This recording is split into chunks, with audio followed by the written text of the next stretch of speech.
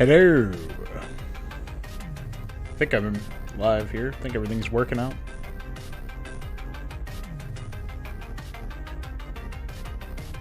Pretty sure. Just give us a sec to get the camera taken care of.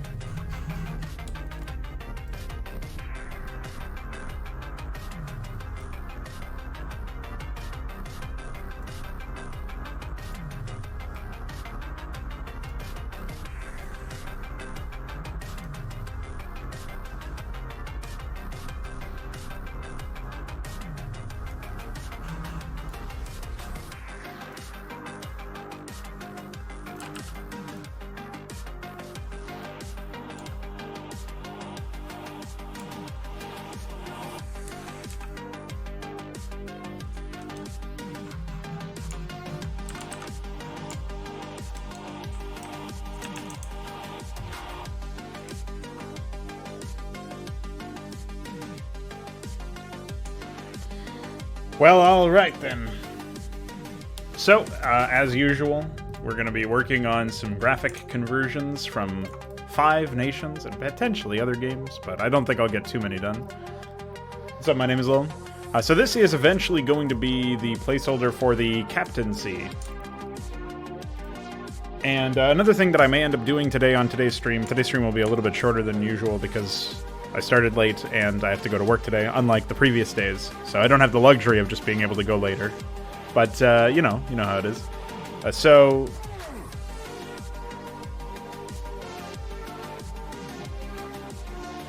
One of the other things I might be doing today is throwing in the changes to the heroes. So we're actually scrapping heroes as a gameplay mechanic for stuff like Melee. Probably for stuff like Campaign as well, but I'll get into that. I'll explore that concept way later on. For Hydra, it definitely doesn't matter. So you won't be seeing heroes in Hydra. But for stuff like my single-player content, there's a couple of experiments that I'm going to line up that will help me figure out how to tell a satisfactory narrative without having an in-game representation of everything. So, heroes are going to be scrapped and replaced with operatives. I was thinking of calling them mercenaries or something, but that doesn't really fit. I still wanted it to be like an elite set of units, in a sense, without the negative connotations that usually attaches itself to the term elite unit in an RTS. I'm not talking about epic units or super units. I'm just talking about like units that are more expensive and thus have more of a higher individual power budget than other units. So there was actually a conversation that was had in the No Frauds Club forum, where I wrote this big post that basically broke down the. It's not really that big, but I try to break down my argumentation against including heroes in the first place. Because at first, I still wasn't sure how to incorporate them well, but I knew I wanted to incorporate something like them, or just them in general.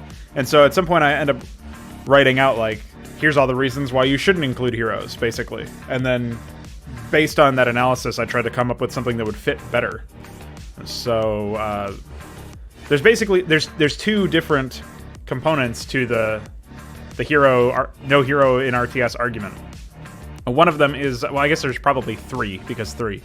But the first one that comes to mind is like, oh, you've got to do so many things in an RTS, you really shouldn't have to spend a lot of APM to get the same amount of value or the equal value to what you spent for a unit, and you would have to do that for a hero because otherwise they would be too broken if they could just be used as brainless A move tools. So you have to make it so that they're APM heavy.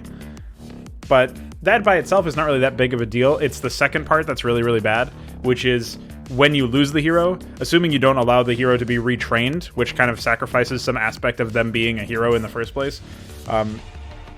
Any money that you invested into that hero, say upgrading them or improving their abilities, or changing their form from Marine to Vulture or something like that, gets thrown by the wayside. It's just wasted. You don't actually get to use it, right?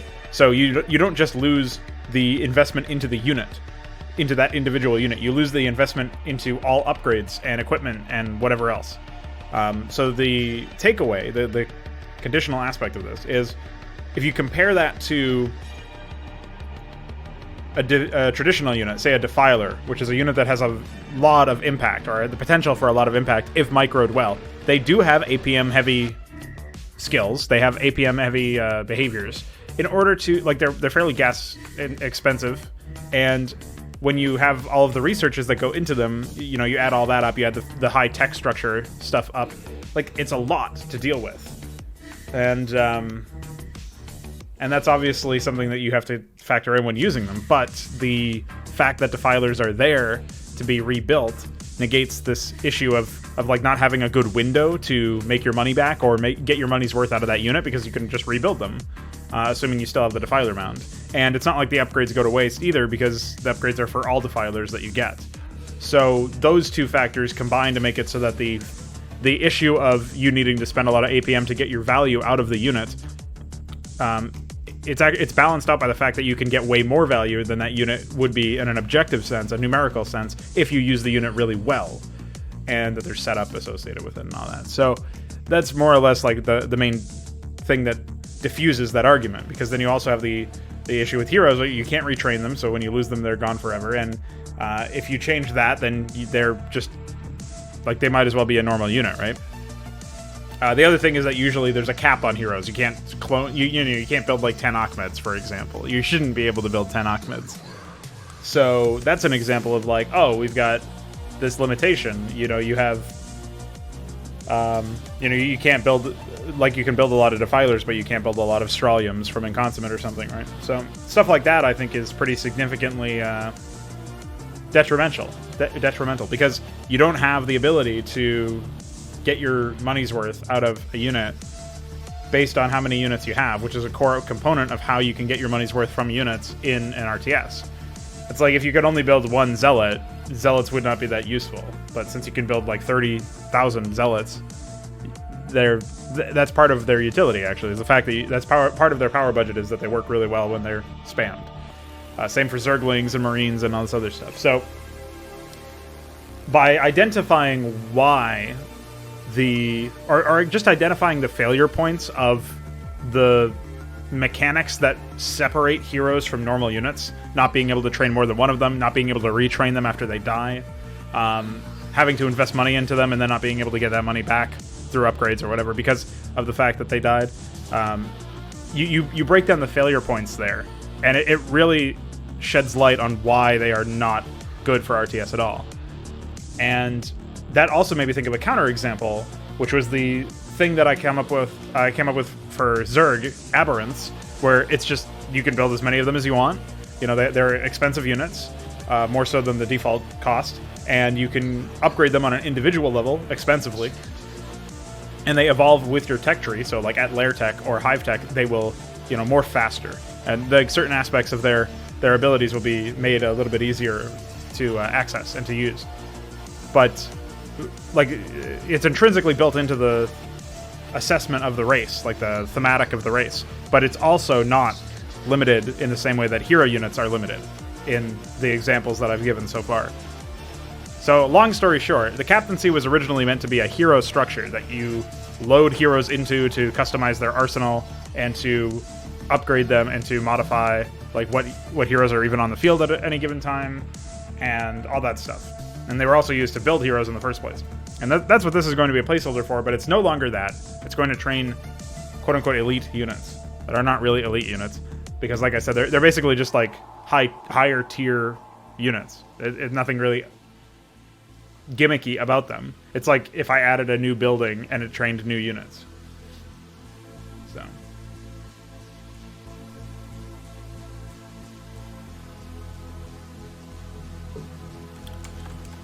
that's what this structure will eventually be.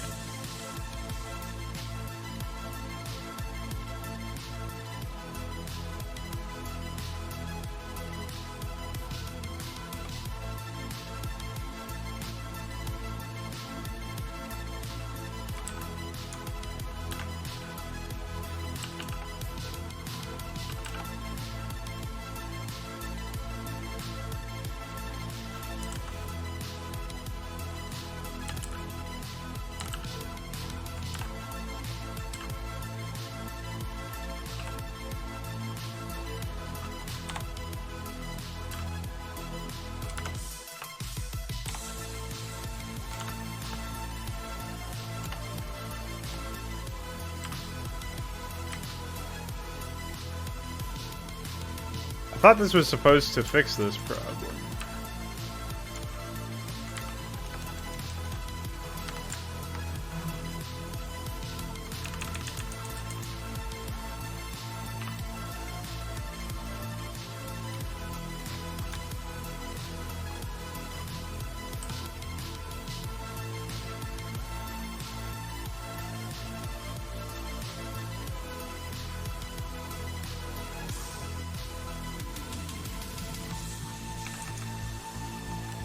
I guess I can just deselect this whole one.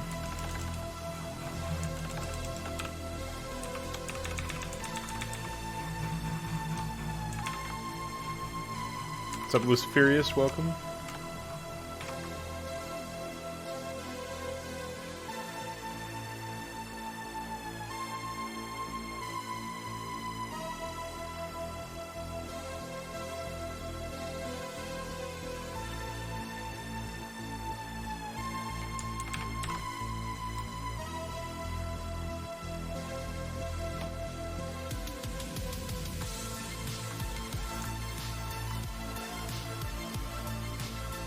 I think they're aligned like this, so hopefully that is actually helpful.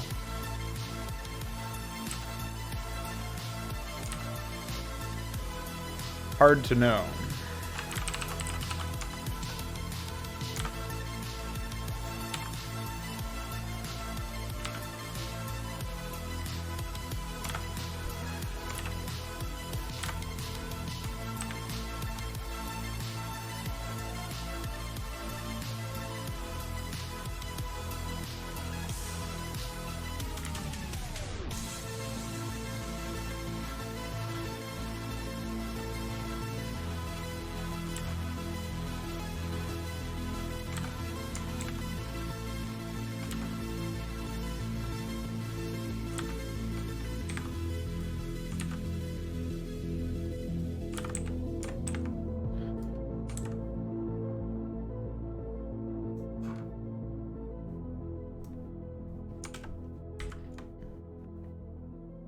Oh, I see what happened. I actually have, I guess this is supposed to be like 198, not 196.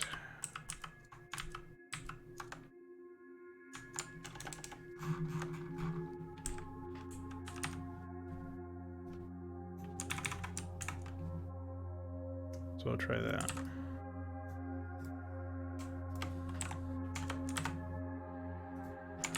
Unfortunately, this is probably also going to end up being one of those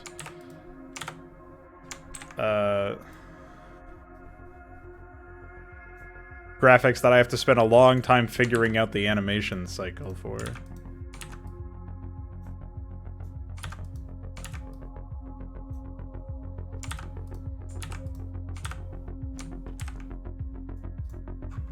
But that's okay. It happens.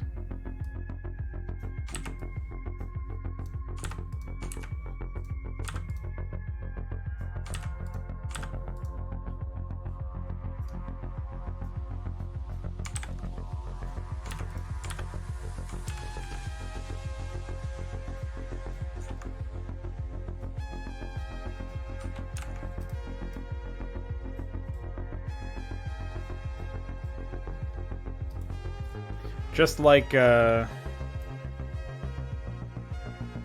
other structure. Except I'm not sure if this one has more frames or not.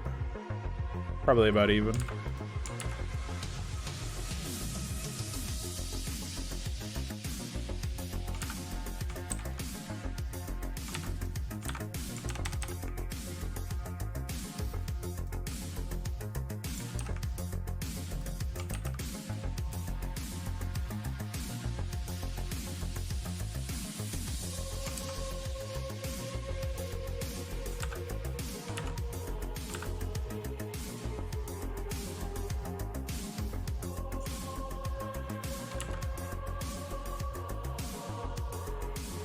I guess at some point I nabbed... Oh, look at that.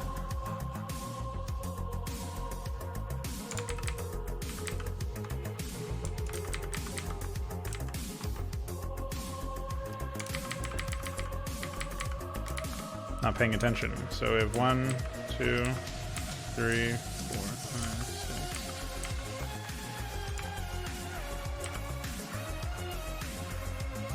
All right, so we have. Get rid of 7 of these.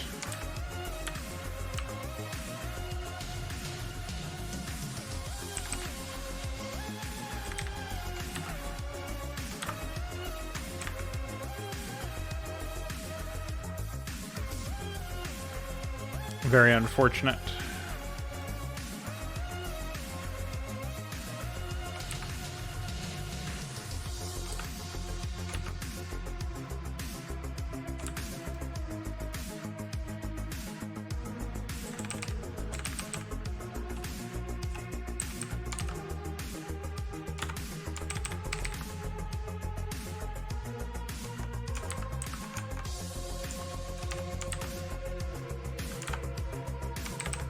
Why did they have to use frame atlases?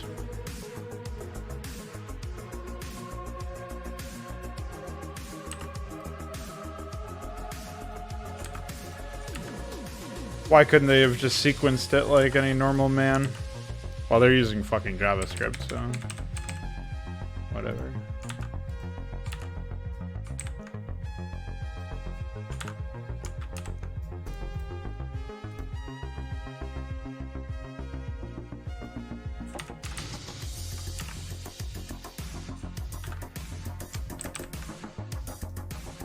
Alright. We finally ripped them all.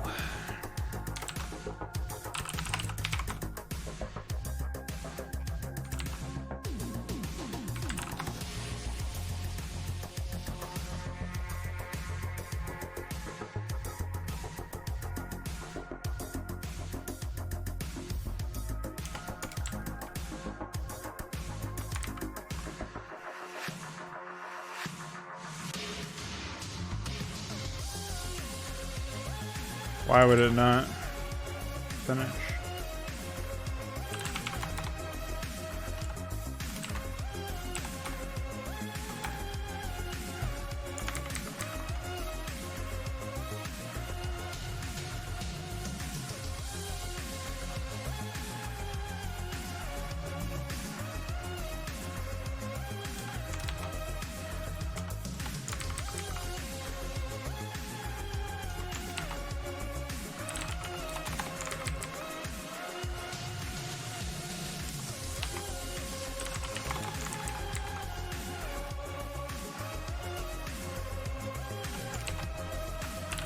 I know I commented on this the other day, but I think it was yesterday actually.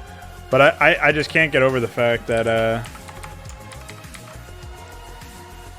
they have, you know, all of these quote-unquote modern RTS games have all of these advantages over the engine of Starcraft, and yet here we are reverse engineering Starcraft and taking other people's assets and putting them into Starcraft because Starcraft is still the best. Somehow.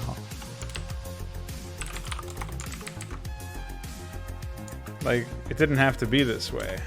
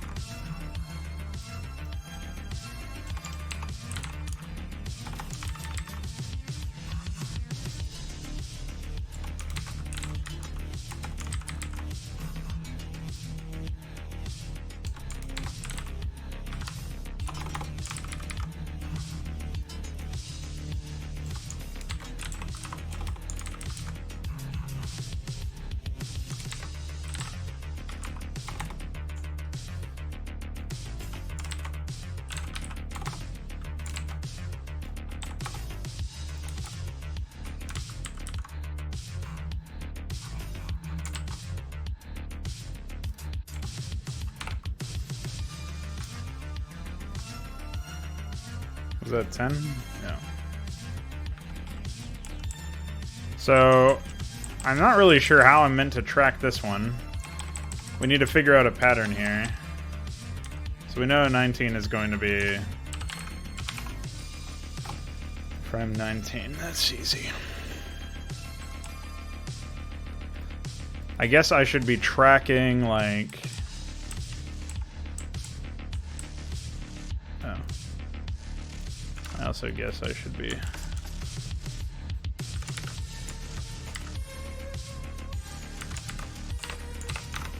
fixing that. Did that happen anywhere else? Oh. 12.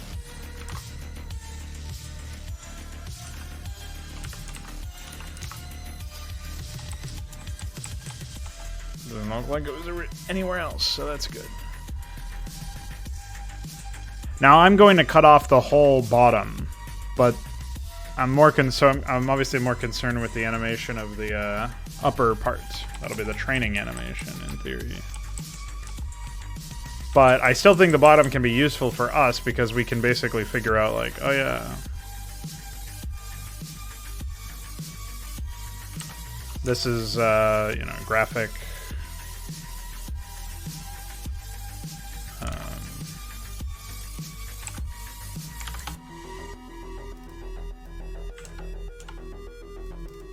Like, I can basically figure out which animation is which.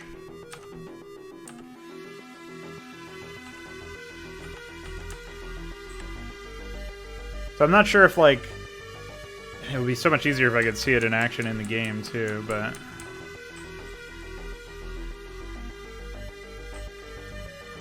Alright, so... These two seem closely related.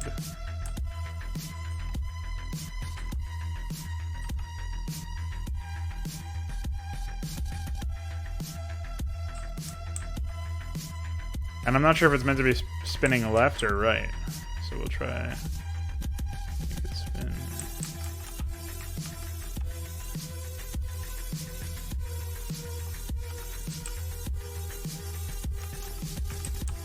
Oh yeah, that's for sure related.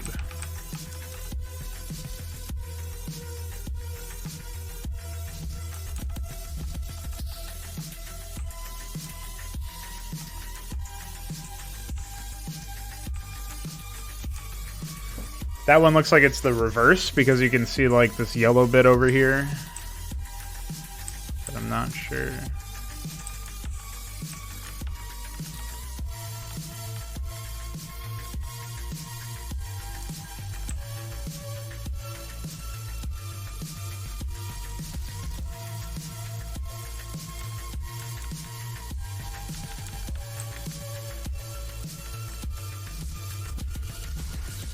Like, so many of the features change between these two frames that I'm thinking this is actually on the other side or something, but... Let's see. Oh.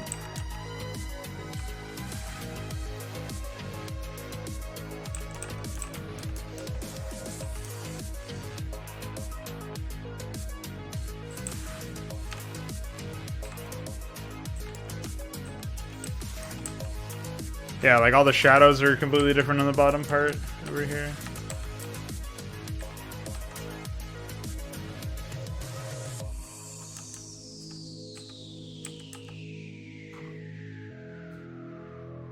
Alright, so that's 6. Yeah, those are completely distinct. What's up, Connor? How are you?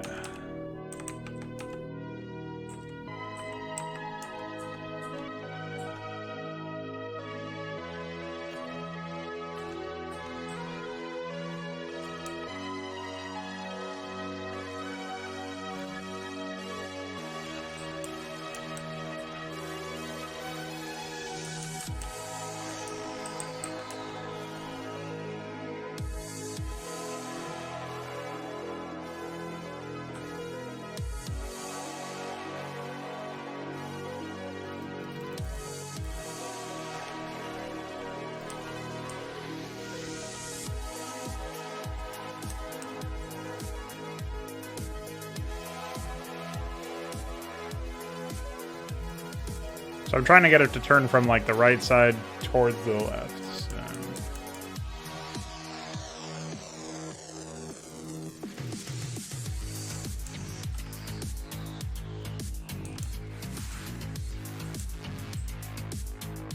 You're bored? Yeah. Quarantine gotcha. I'm feeling pretty good. Had some good sleep.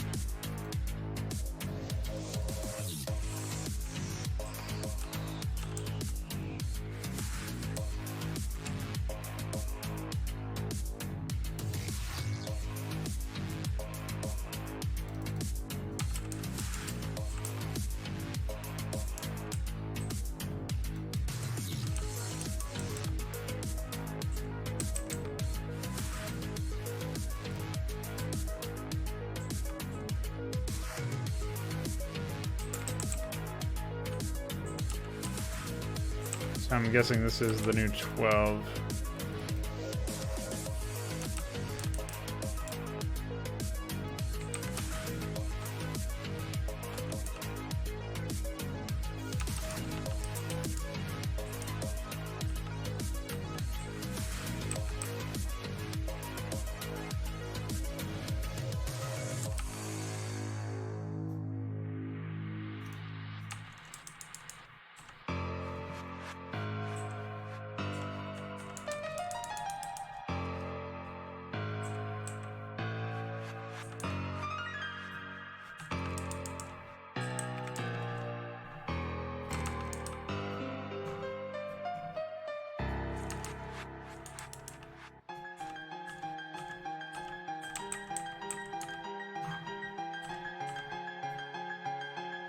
This is actually the first one here.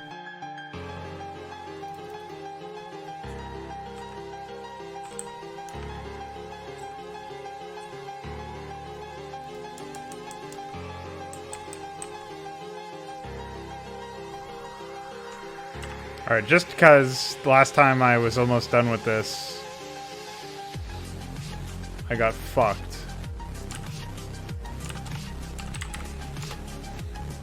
I'm gonna extract them all just to be safe.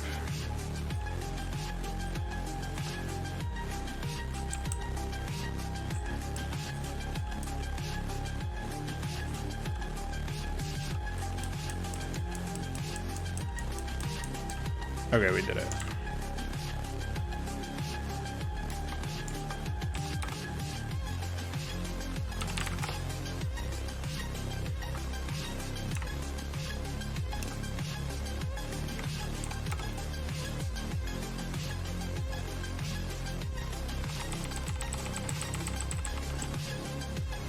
So we should have an actual animation now. Oh, there isn't a quarantine? Huh. You guys actually got let out, or?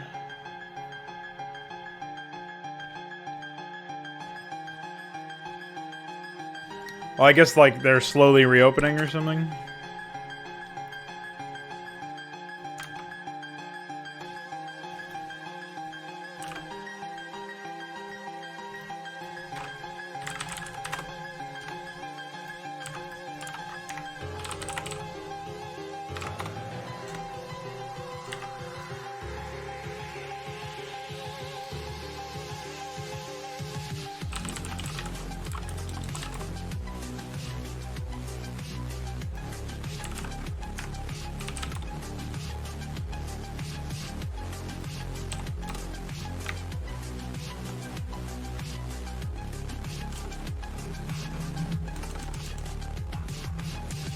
Alright, so check this out.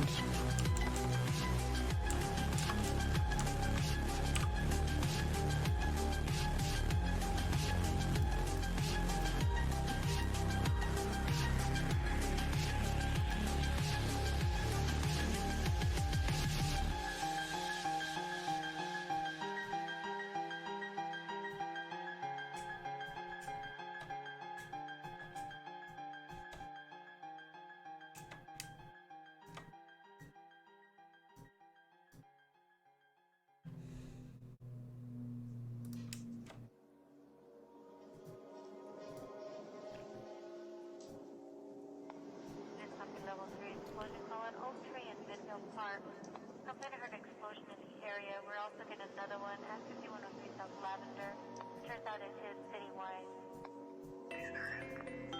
We're getting all citywide right now. Hey, I'm Club Level 1049. I see one East Side Level claims that something's going around now with the data and response to our house. Wiring, they're just hearing it. And probably also related to the explosion.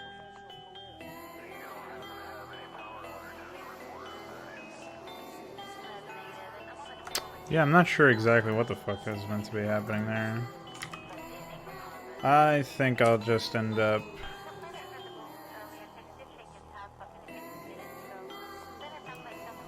carving out this bit entirely.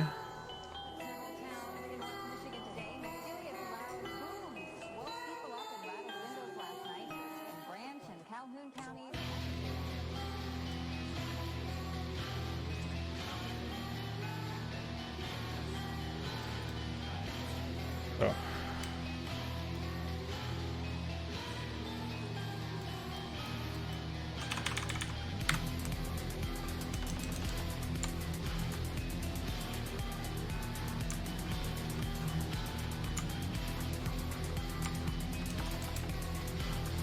Yeah, I figured as much would happen worldwide.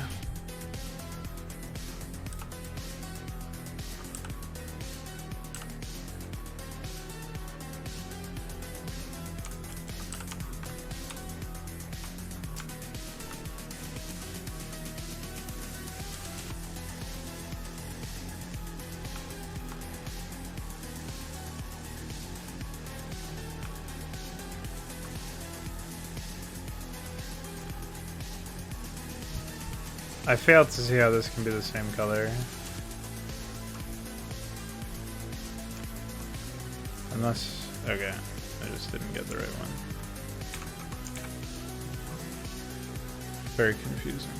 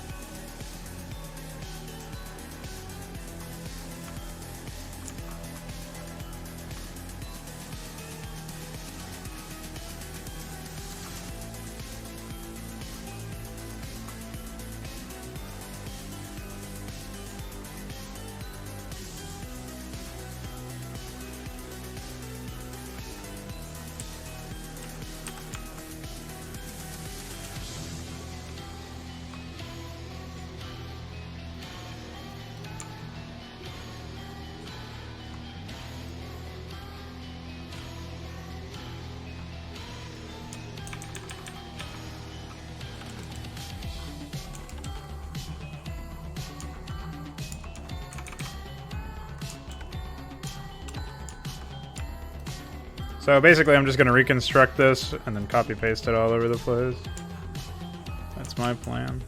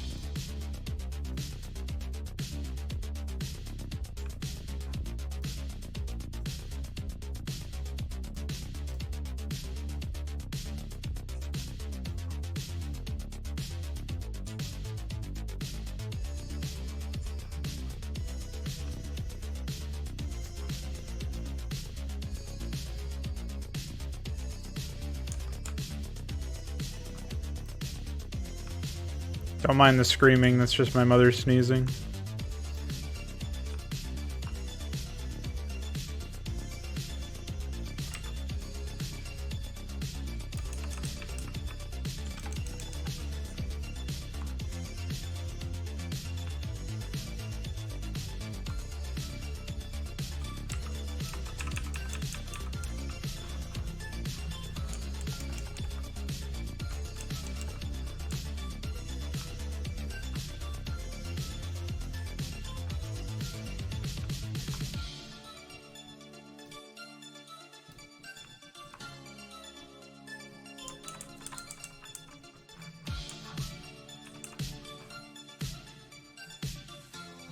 Well, I think that should work.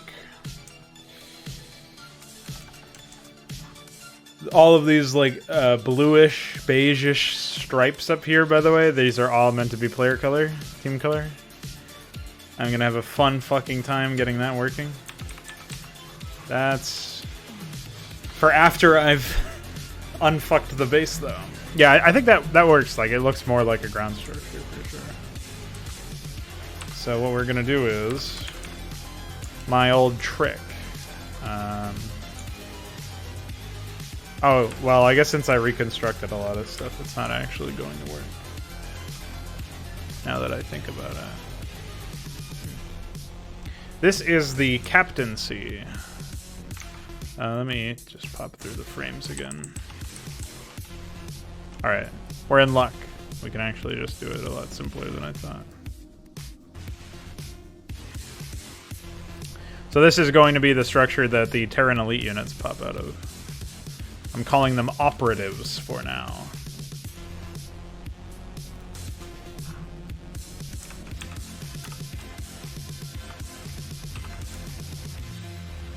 I believe we are 220.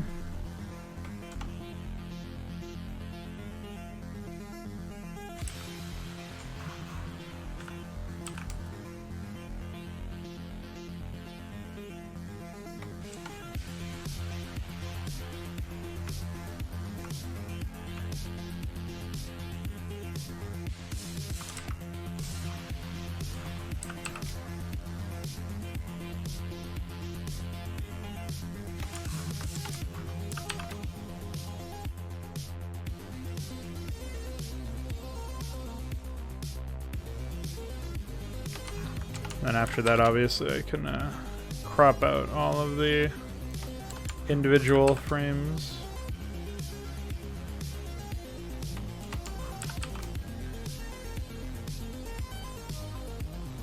There's definitely no reason they need to be that as large as they are right now. A lot of empty black space.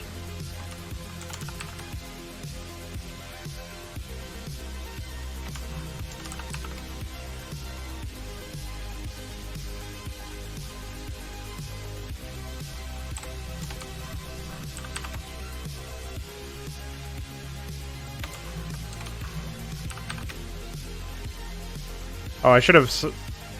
I did it again where I didn't isolate the number of frames for it to play at the proper frame rate, so... I'm creating more work for myself.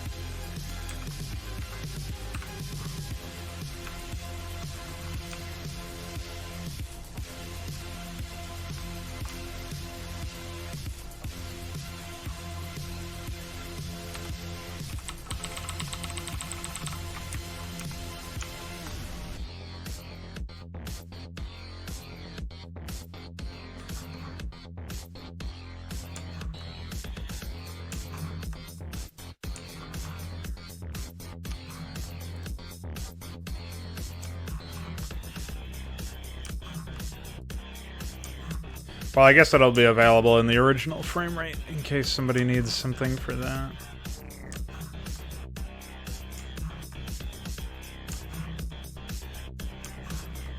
I think there was something I saw in one of the more recent Hydra tests that was distinctly missing, or like distinctly faster than the other frames.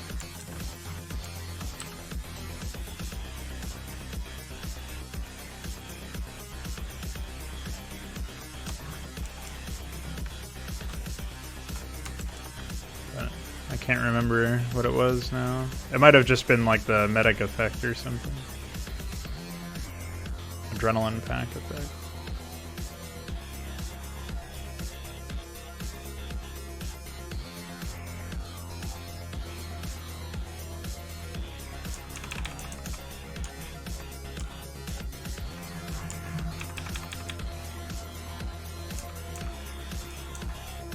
I'm hold on. Just gonna go check what's going on here.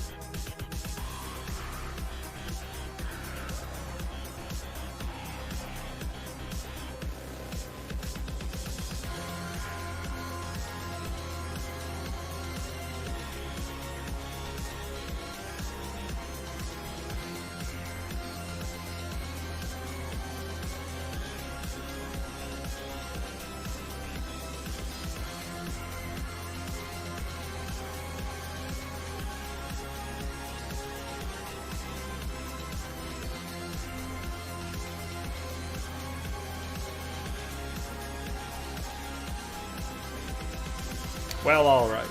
Everything's good.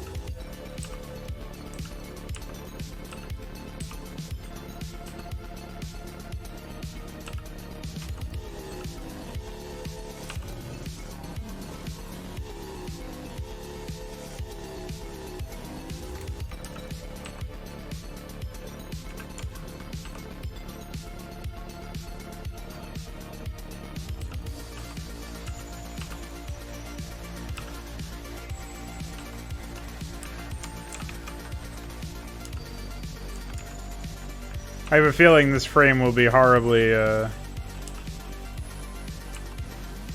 fucked. That's okay. We can always fix it later. So now...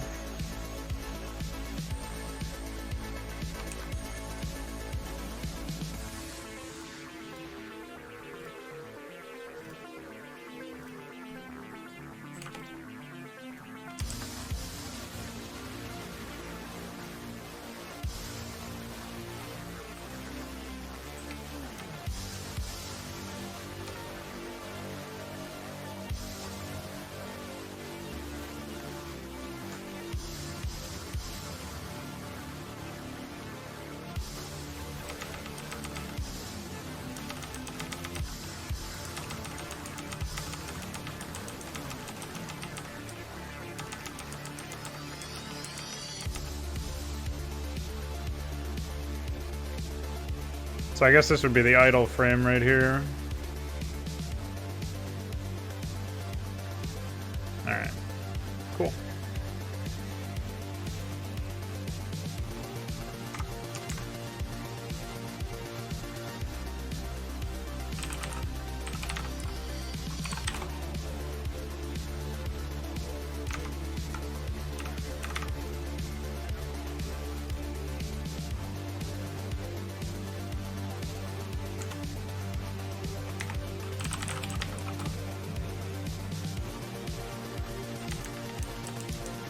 Well, like I said, the team color is going to be fucked, but the graphic is taken care of, so that's pretty cool.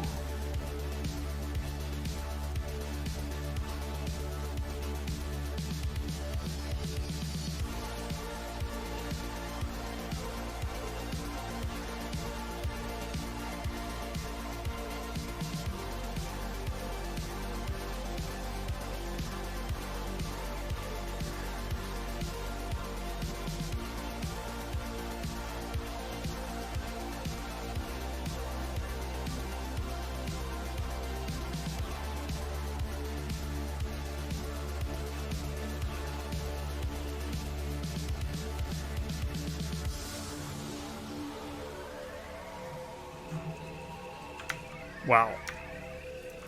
Groovy Man 12, by the way.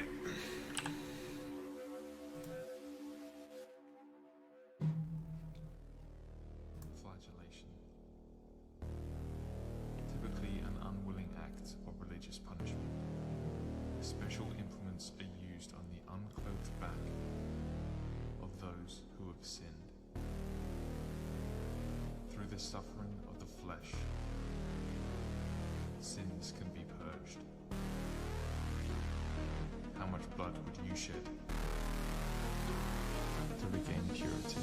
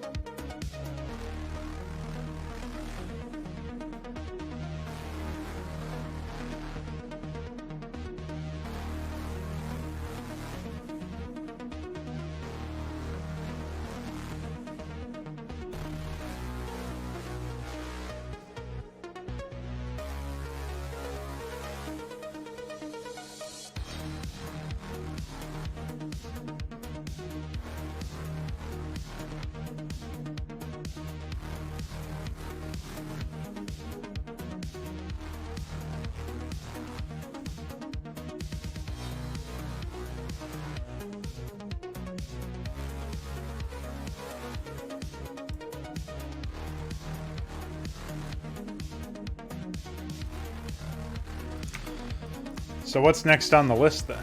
I guess I should just smack out the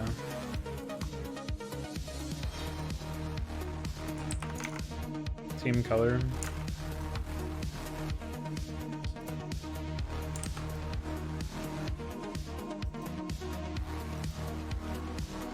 Even though I don't want to.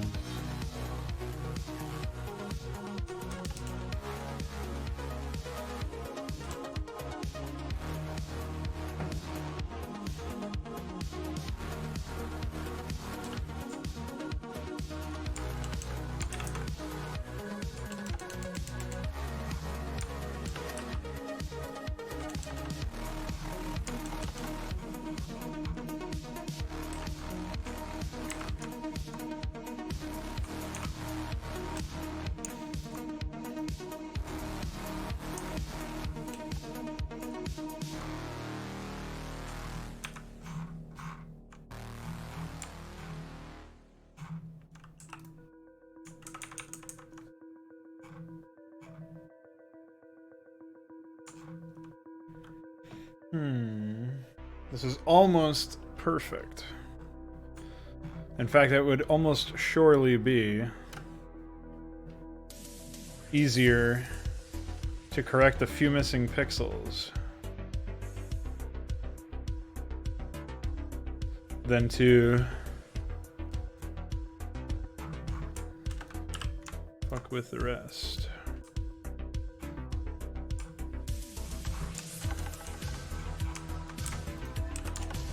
But whatever, I'm just doing it once anyway, so it doesn't matter too much.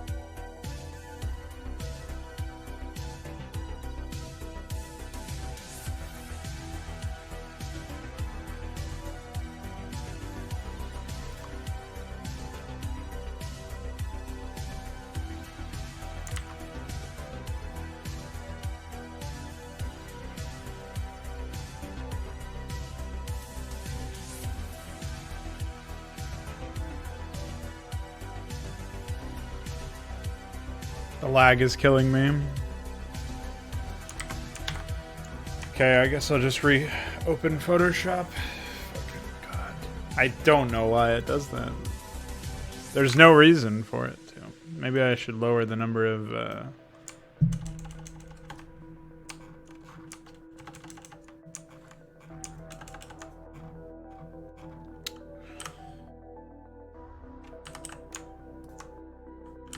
history elements or something. There must be some explanation for the constant lag I get with this program.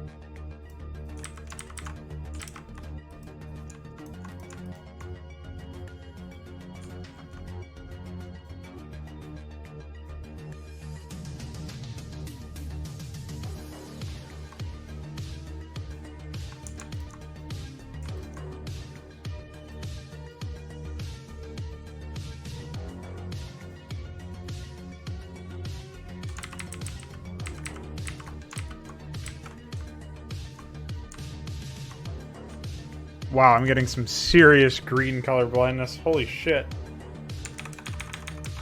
For some reason, looking at that, this combo makes it look green to me.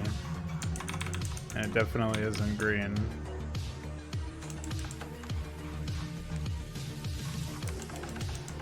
Might be a stroke. Never had that happen.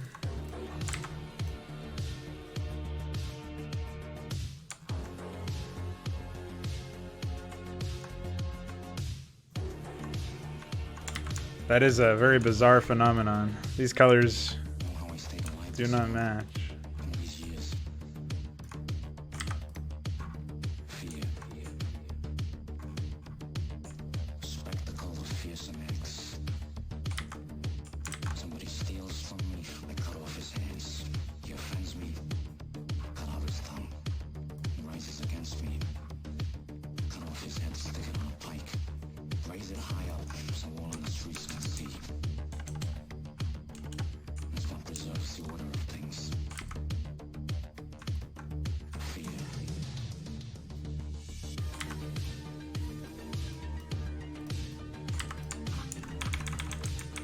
I guess the issue I'm coming up against here is that it's not like a straight line, so I don't actually know what the curvature would look like here.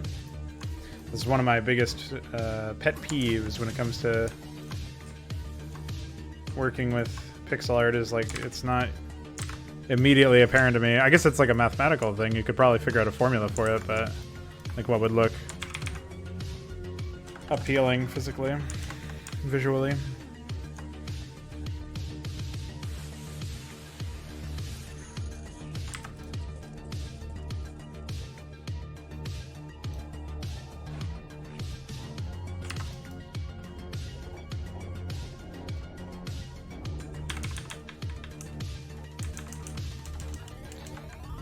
Well, alright. We did that much anyway.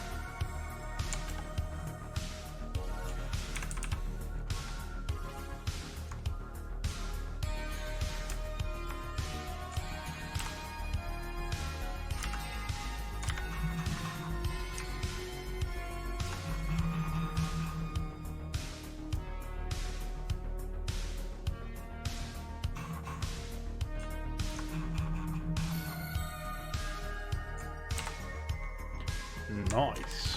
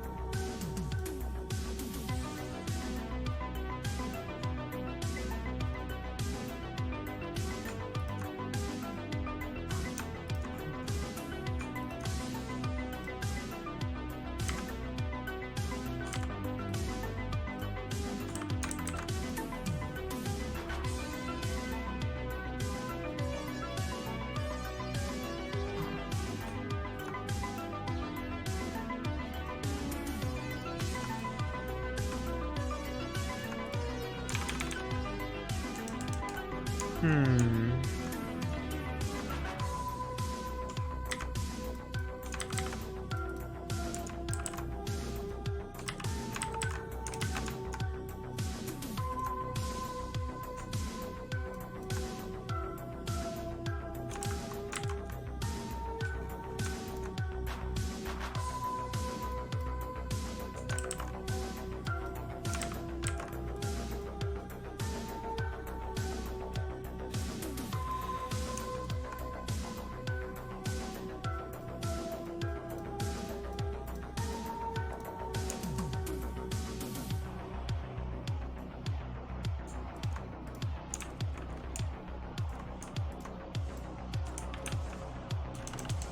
Yeah, it doesn't really work either, though.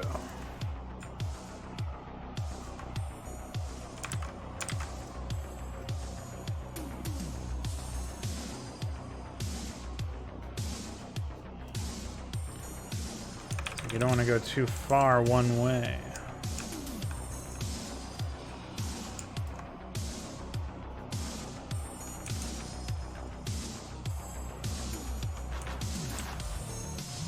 I'm not really convinced that works, but looks better, and that's all I care about right now.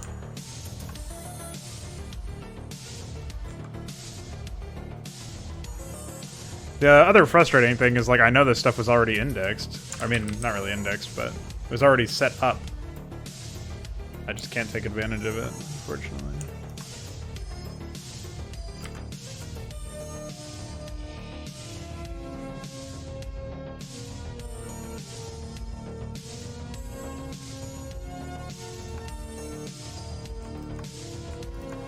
As it's already well beyond.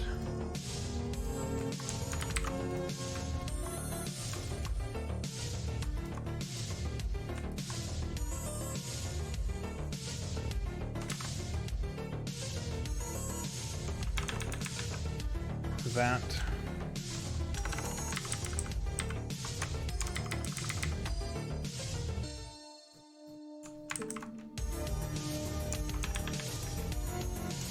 Oh, there we go. That's the color I was looking for, actually.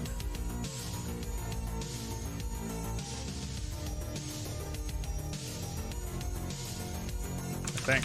Maybe. Oh, no, definitely not. Alright. Yeah, I'm really not a fan of how these turned out. These, like, central stripes on the structure, but...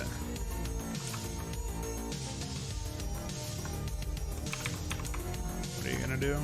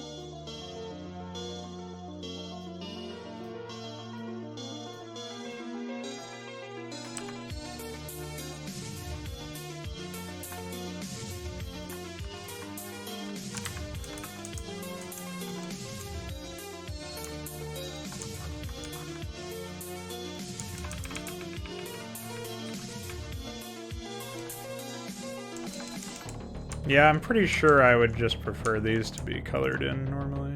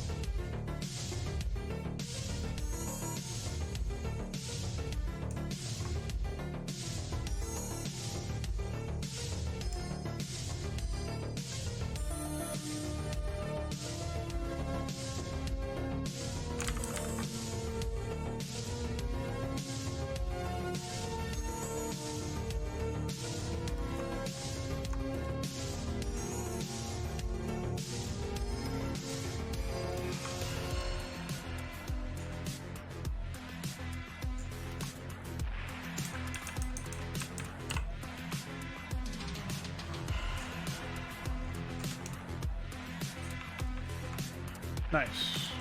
I think.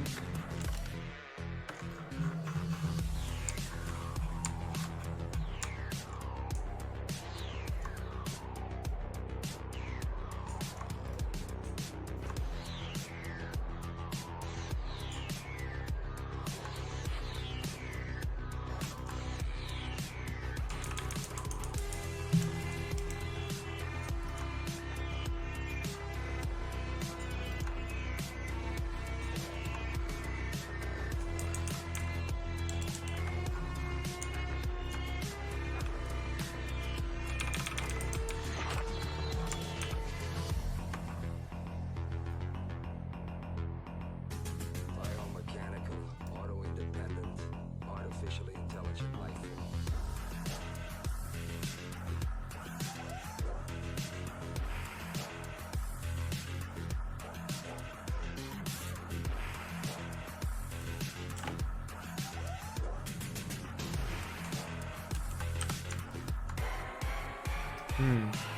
Doesn't seem to have worked. Oh well.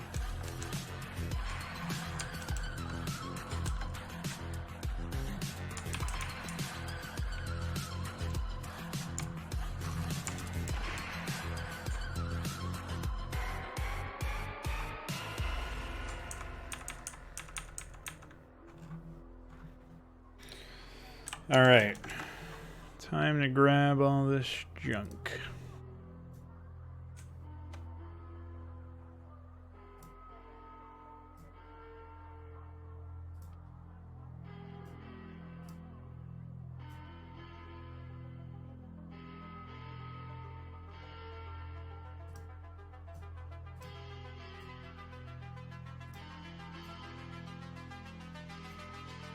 Just gotta clone this onto all the other.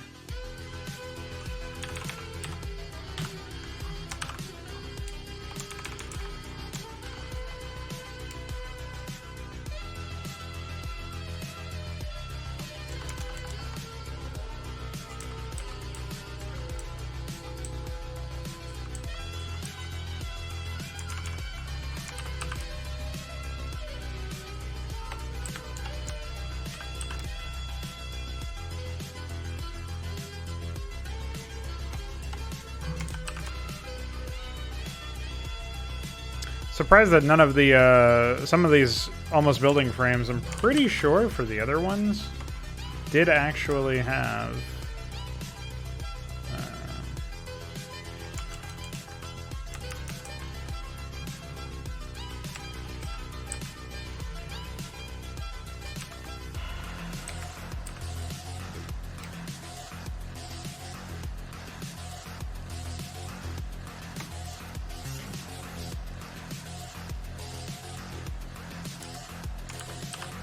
what do you call it?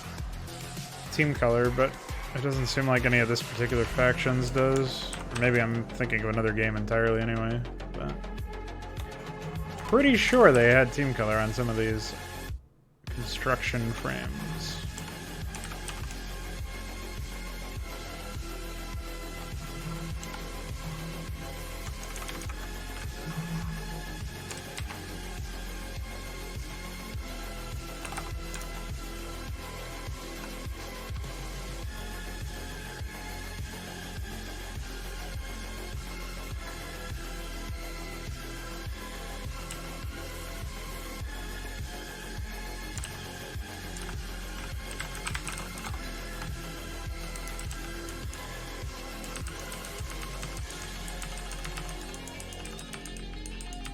Yeah, that's pretty good.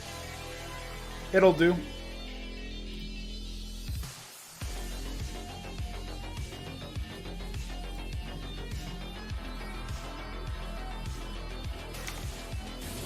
I don't think I have any, I don't really have anything here for these guys, unfortunately.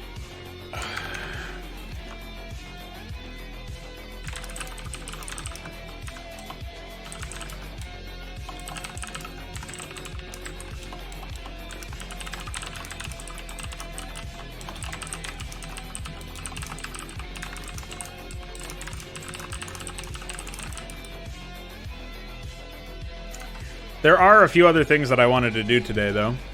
It's good that I got that graphic done, even though it's going to be useful in a while and not right now. But there's two things that I can do that are more immediate, and they are to fix up the sound of unit responses for the Corsair and to do the same thing for the Dark Archon. And now currently the Legionnaire replaces the Corsair and the Hierophant replaces the Dark Archon for unit responses. But since we have the units up and running now, it makes sense, I think, to free those unit responses back up, which means I have to find another area or another set of things to do the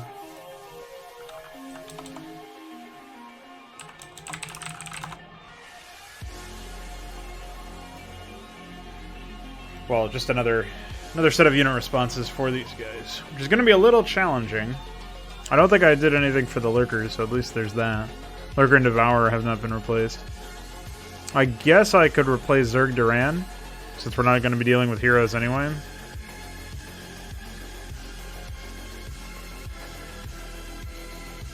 Yeah, that seems like it's the best option. Immediately jumping out to me is like replace the Duran ones, since we're not using him. Eventually we're going to need a sound effects extender, so that we can have more sound effect entries in the game and that we can point to it using PyDat or something like that, but we'll wait and see. Now, if I remember correctly, there's only 4 piss lines for the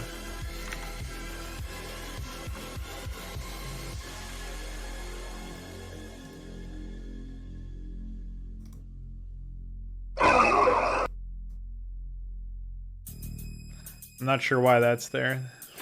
Why would there be that? What is the line that precedes it? We may depose you yet, charlatan! And then I made the death sound piss line? Alright. I'm not sure why. There must have been some logic behind that, like some inside joke or something that I've since forgotten. Anyway, we're gonna call this yeah, well, whatever. We're not dealing with that. We can get rid of that one. So this is ZDN PSS04.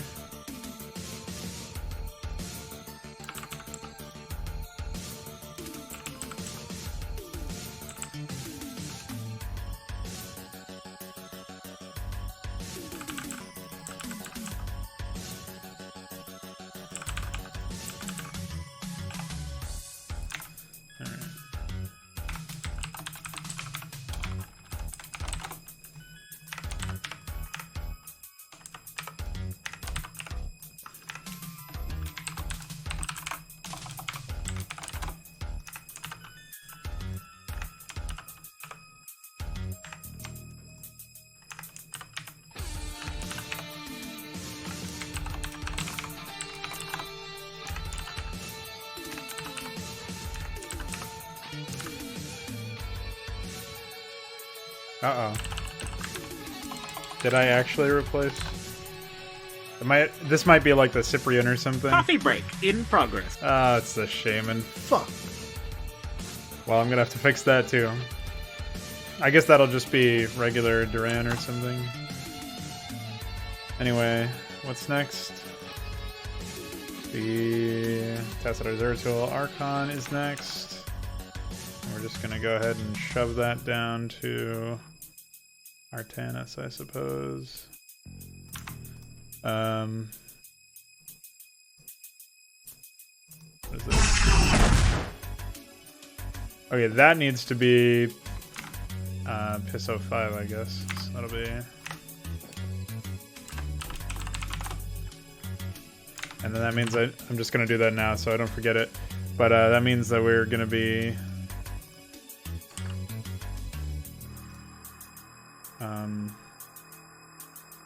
finding the iScript that the Hierophant uses. 402. And finding the death. And then seeing... It's 11:35 by the looks of it.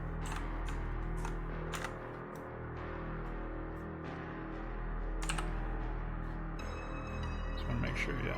Okay. Cool.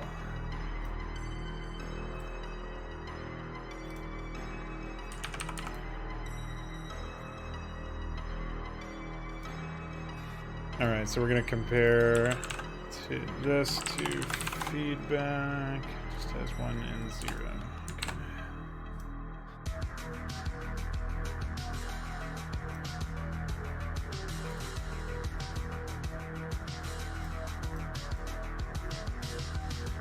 Alright, so then we have to set up the rest of these. KT4.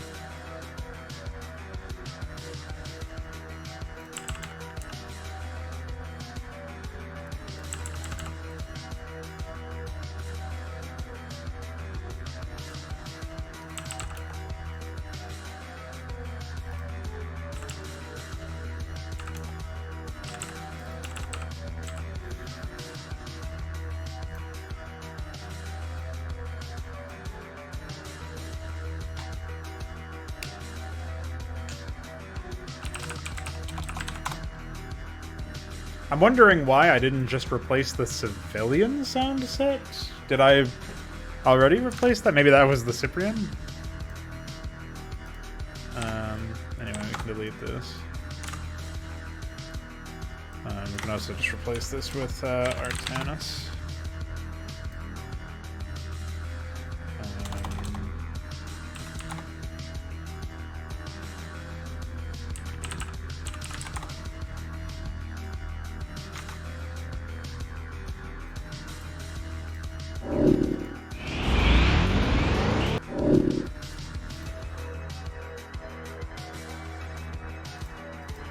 Don't you have something better to do?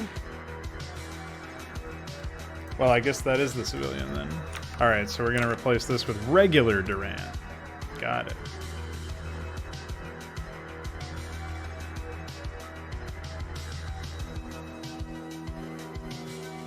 Alright. So we'll say... Oops.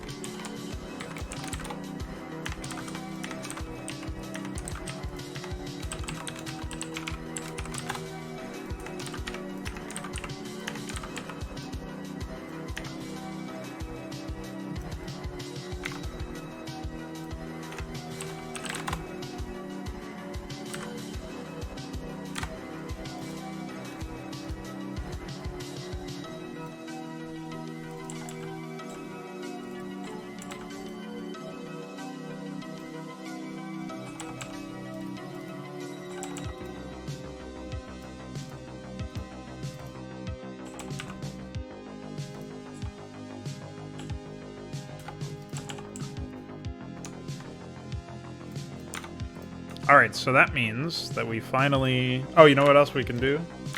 Hello, Gonzalo. Gonzalo, sorry. How are you?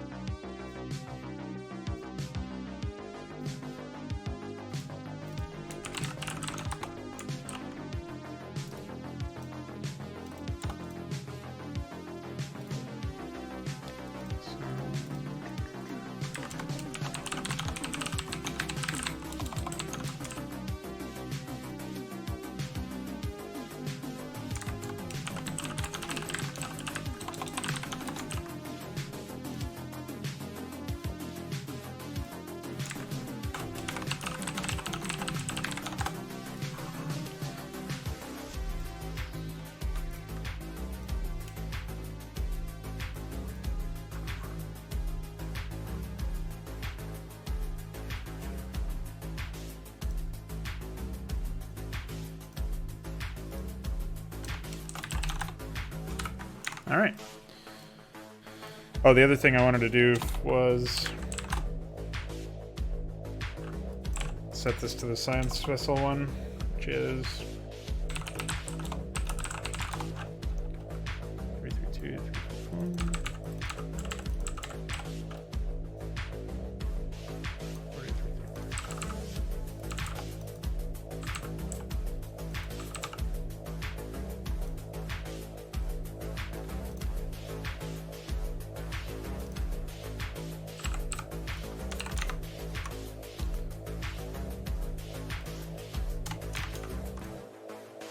So now we should be good.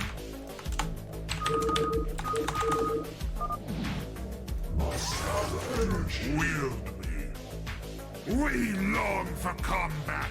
Ready for battle. Receiving headquarters. All right. Well, besides the fact that it's still got Rashigal's portrait, it seems fine.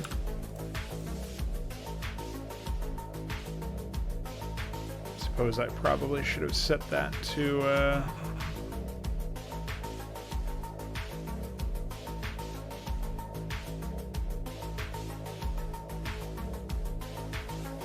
Science vessel for now.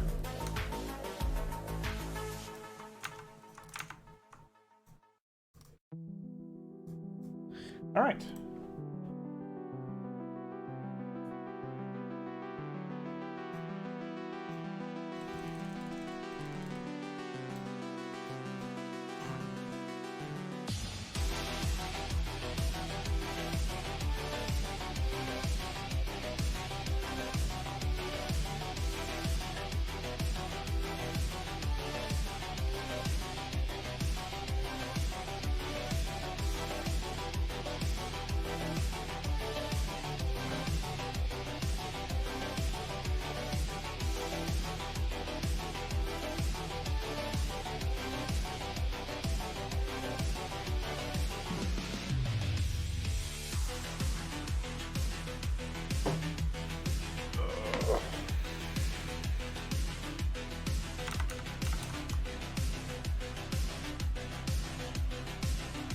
Yes, it is safe to run.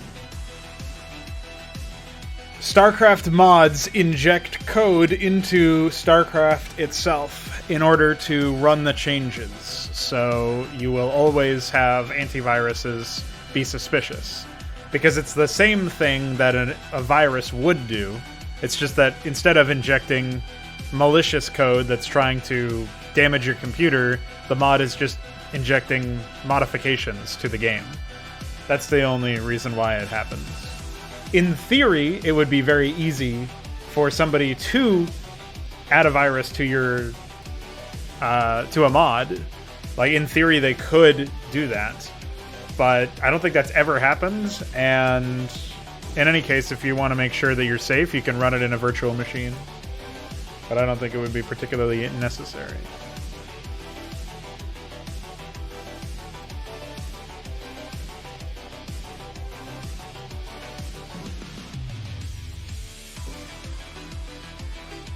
So that unit response stuff took less time than I expected.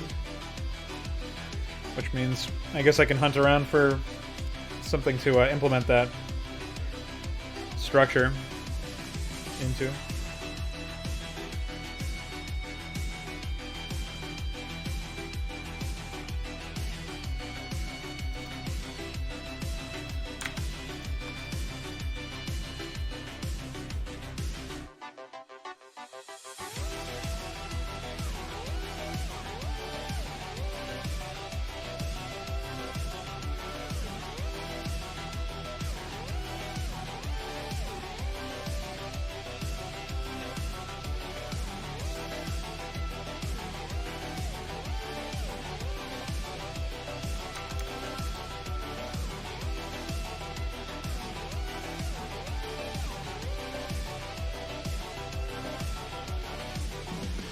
Yeah, if you want to be super safe, you can do what Luciferius said too. That's something I recommend if you're ever suspicious of it. In general, if you're downloading and playing a mod that a lot of other people have already played, you should be fine. Like, somebody would have reported the virus at this point. And if it's from people who you've played their work before as well, like you say you download something I made, and you've already played something I made, there's like a little bit of trust there that I'm not going to put a virus in my second campaign. No, if I was going to virus, I would do it in my first. You know what I mean? So, but it should be fine. I wouldn't be worried. I've never run into any issues, and I've played some mods from some very strange characters down the years, and I've never run into any issues. But I respect the safety and security.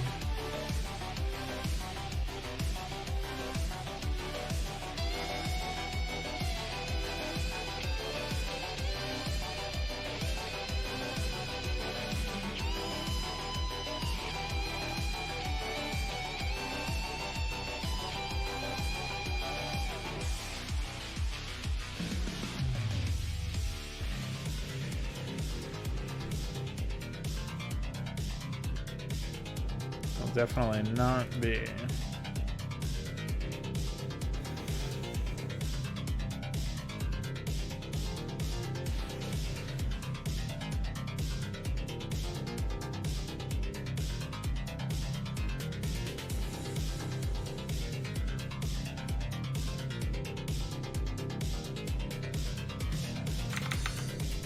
Did I even write in the, oh, I'm in the cafeteria.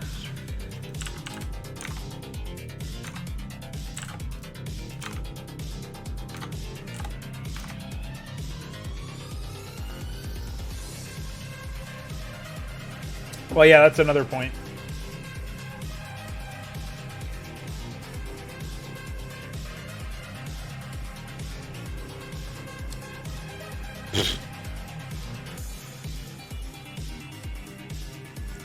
I'm glad he put that in the gay channel.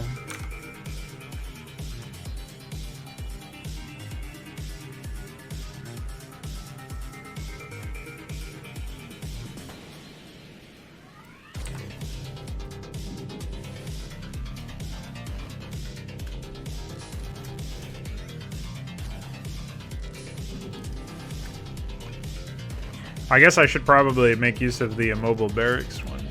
Although I'm not sure. I think I already did that. I think I'm thinking of Independent Starport or something. I think I've taken care of all of the critters. Ashwell Balance Jungle, and then there's the 3 expansion ones. Pretty sure I've used all of those. I guess I'll probably not end up having the data disk, so I could use that.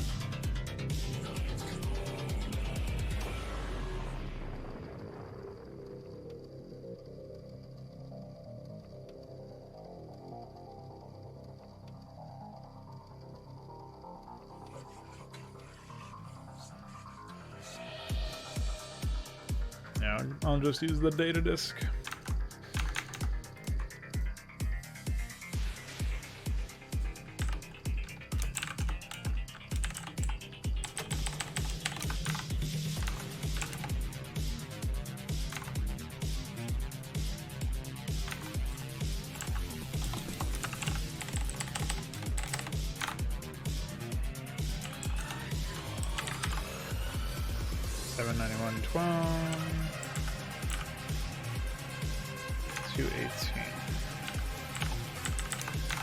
Oh, I just realized I don't actually have any of the things I need open here.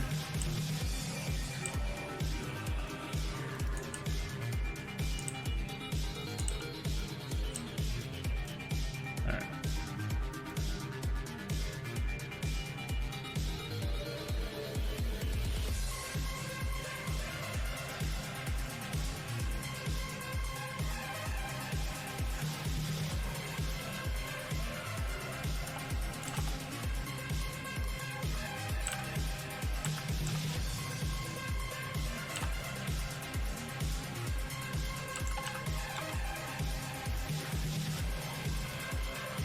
Oops.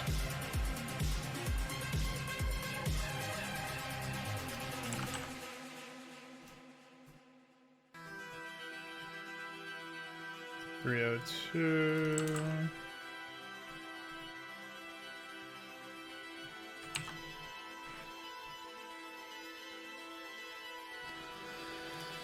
All right.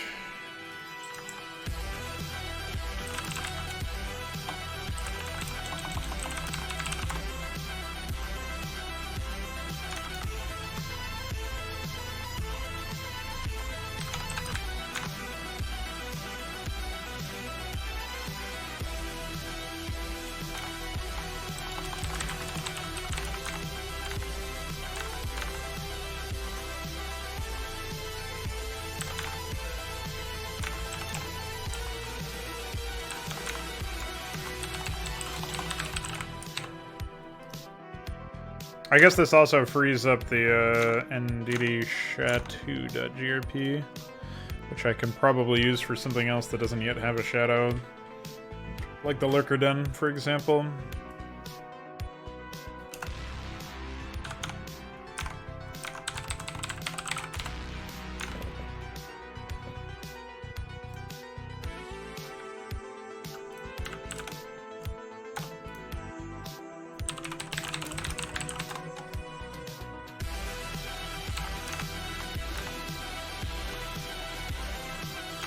Which also means I need to open up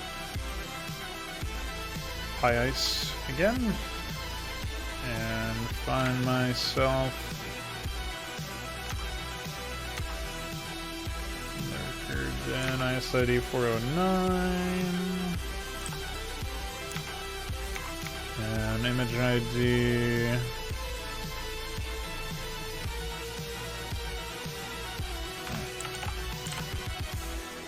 I think this is 409 image ID, isn't it? No, it's 410.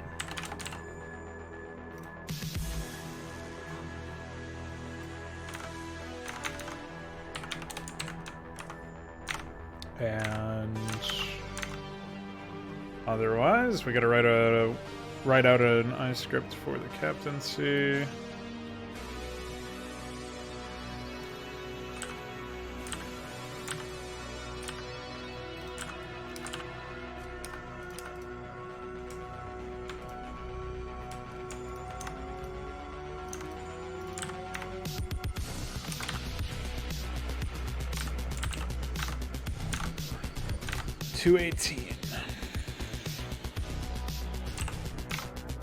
So first I'm going to copy over the Academy ice script, because I modified that fairly recently, so I know what's going on with that.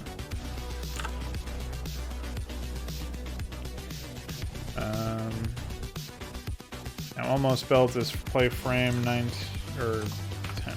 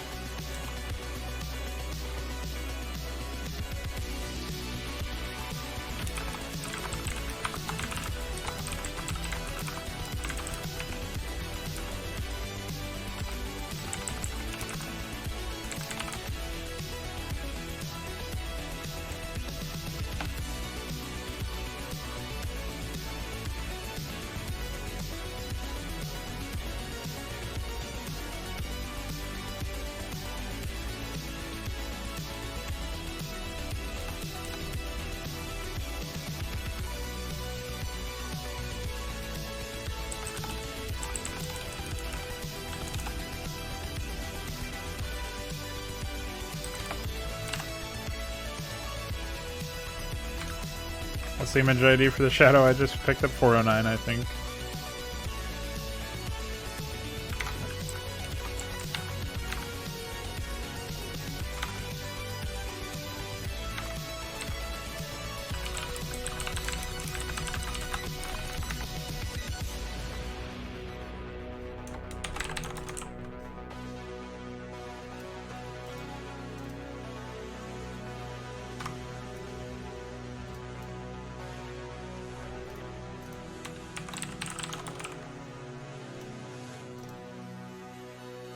I guess this is all neutral, so this is NBD shot 2. Better neutral. Oh, it's not. No. No. Can't handle that one, sorry. It's like 8 years of fucking exposition.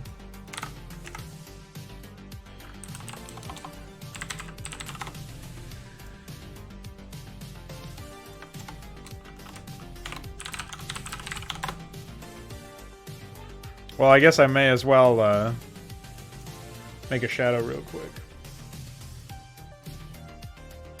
I think I just started the wrong fucking program.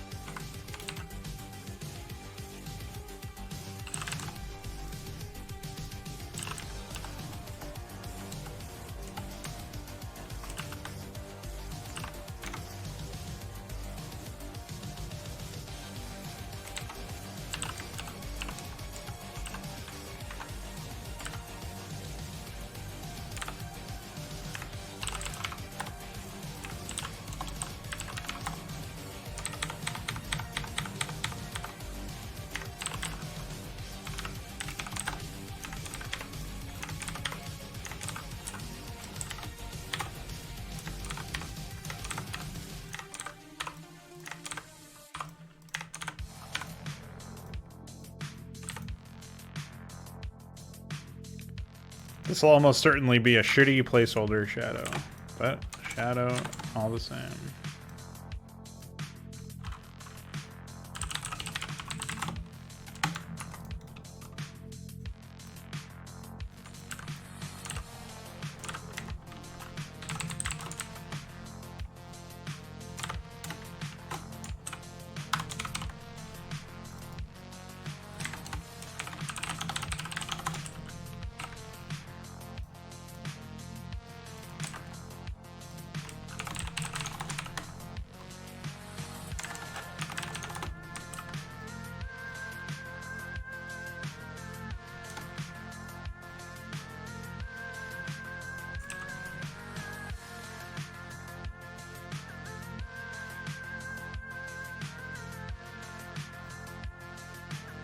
The fuck?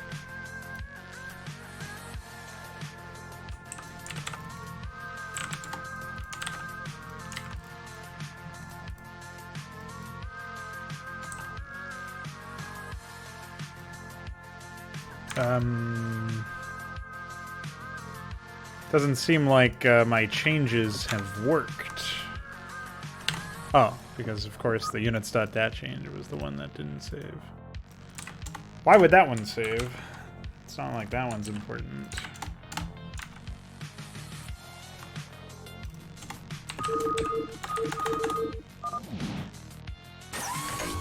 Yeah, the shot is a little pronounced, but actually not nearly as terrible as I thought it would be. It's quite a large building. Might benefit from being shrunken. Maybe by like 25%. And yeah, those team color things look horrible. Everything else looks pretty good. I even like the team color shit at the top, but...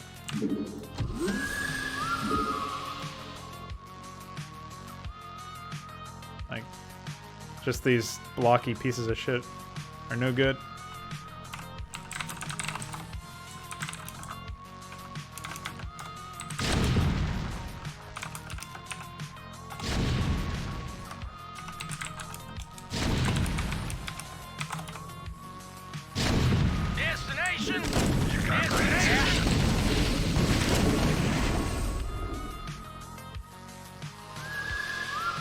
I guess it looks a little bit less jarring with certain colors, but the blue in particular, it's horrible. I'll probably just end up replacing it with basic texture. And, yeah. Well, like I said, this is definitely a shorter fucking stream than usual. We didn't even crack 2 hours. But we did manage to implement the new building. Sort of. Still, I mean, I haven't actually hooked up its gameplay purpose, but... we got the graphic and a placeholder shadow, placeholder graphic. We took care of the lurker den shadow, which I didn't even look at. Make sure it's working properly. Lurker den is just a mirrored Hydra den. But yeah, looks like it's fine. Although its sprite stat needs to be modified to be identical to the lurker den. In fact, the sprite stat needs to be modified for the other unit too. So what was the lurker den sprite stat? File ID you me 354.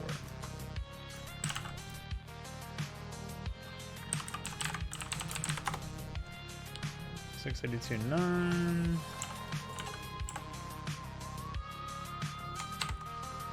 Oh yeah, well eventually there's going to be a new graphic.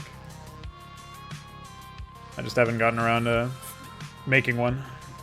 The same will be for the lurker den.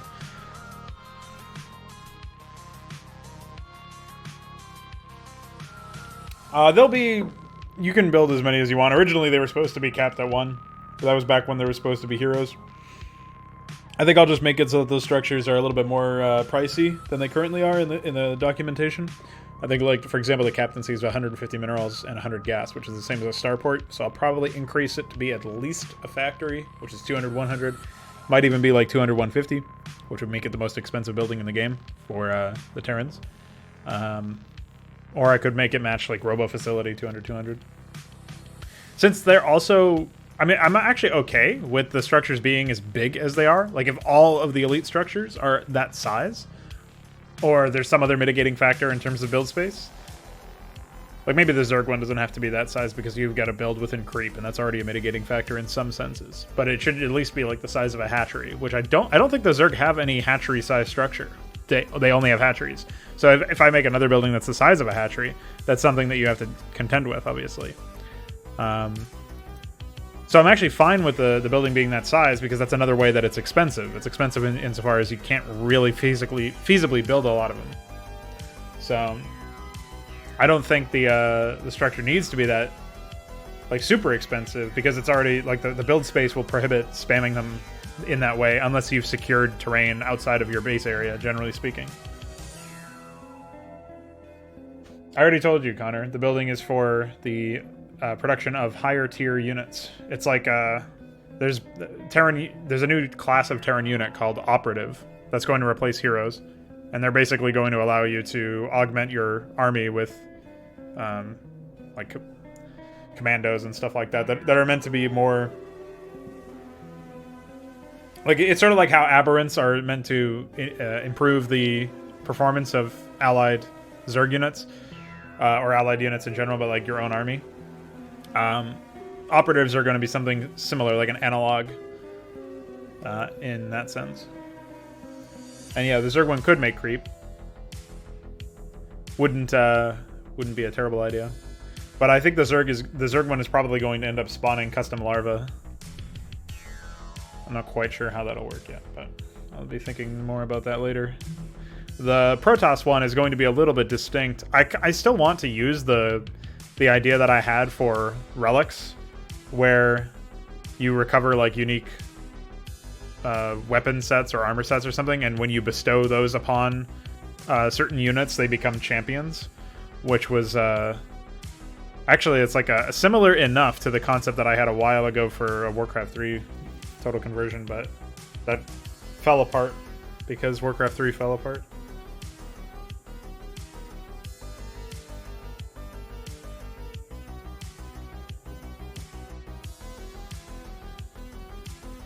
But yeah, it is what it is. Not sure if that's the method I'm going to go for the Protoss one, but I'll be thinking about it.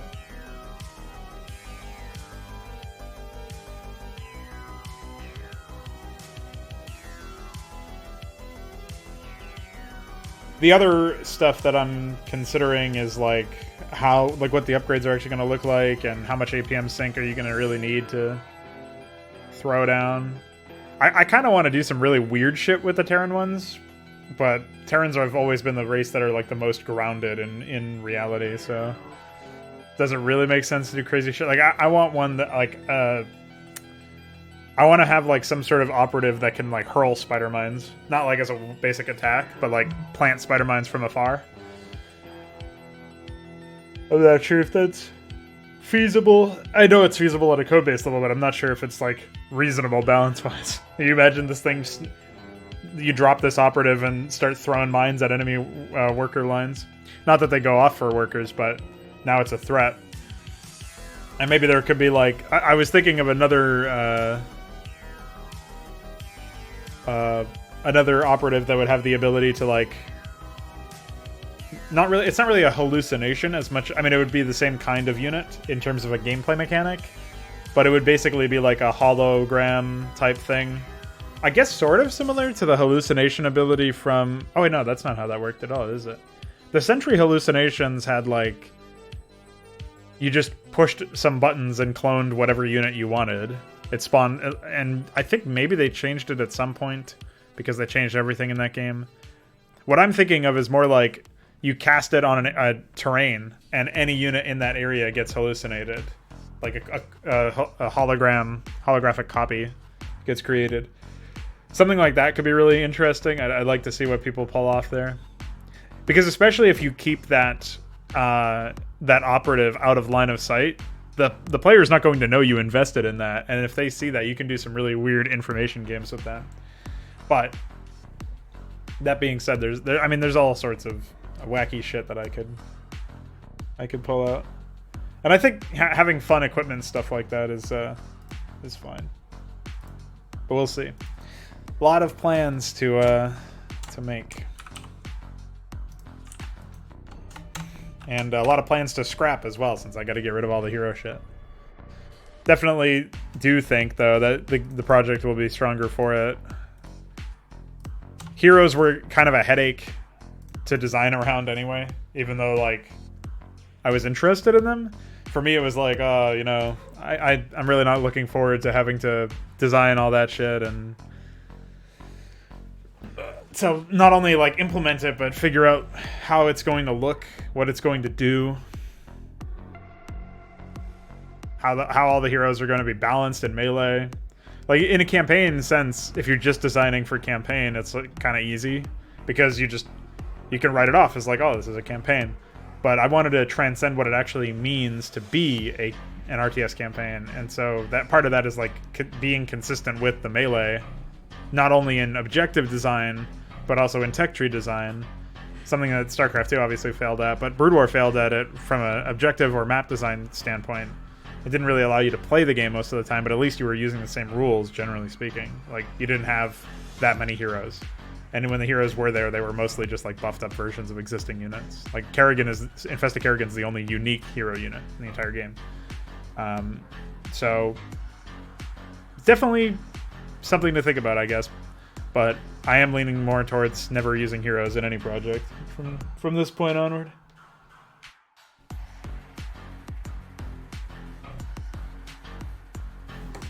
So we shall see.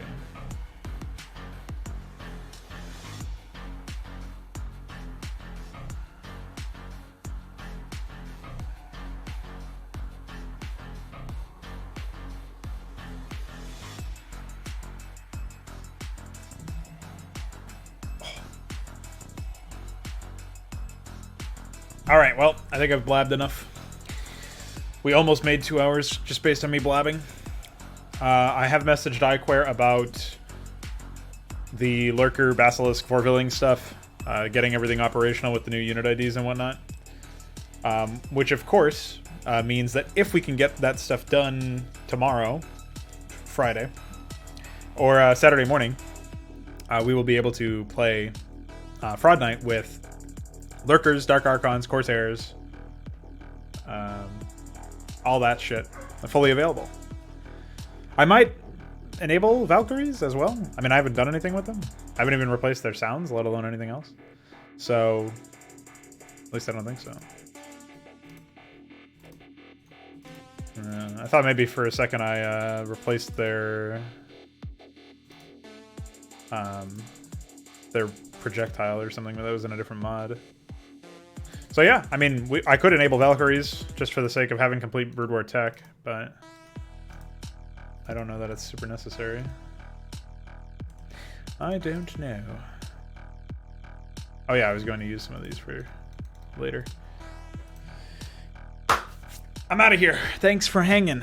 Sorry the stream was so short, but we did manage to make some good progress. Hopefully tomorrow we'll be able to, along with iQuire, get a lot of work done on the, like, repairing the tech tree up so that we can play full tech tree shit on Saturday. And maybe I'll work on a melee map or something, because obviously I've done a fair bit of work on the tech tree recently, so would help to move in that direction instead. We shall see.